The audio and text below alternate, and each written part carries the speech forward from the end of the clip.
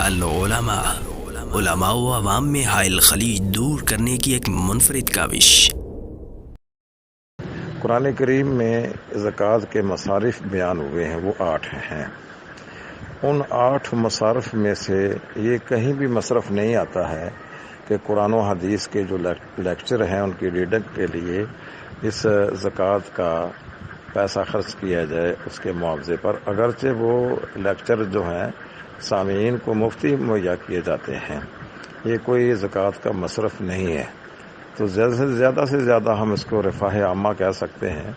تو رفاہ عامہ بھی کوئی زکوٰۃ کا مصرف نہیں ہے۔ رفاہ عامہ میں تو یہ جو سڑکیں بنانا اور اسی طرح قبرستان کی 4 دیواری کرانا یا لائبریری بنانا یا ڈسپنسری کا اجرا، کتابوں کی نشر و اشاعت جس میں غریب اور امیر سب بھی استفادہ کرتے ہیں، تو یہ کوئی مصارف زکوٰۃ کے نہیں ہیں۔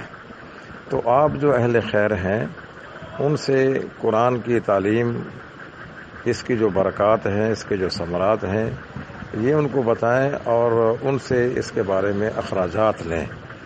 وہ اپنی جیب سے یہ خرچ کریں اور اس ایڈیٹنگ کے معاوضے کے لیے ان کا جو فنڈ ہے اس کو استعمال کریں۔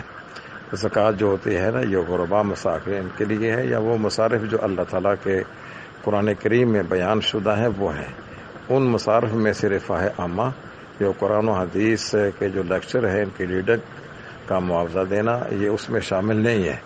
تو آپ اہل خیر سے کچھ چندہ لیں اور اس کو اس مصرف میں استعمال کریں، زکوٰۃ اس میں استعمال نہ کی جائے۔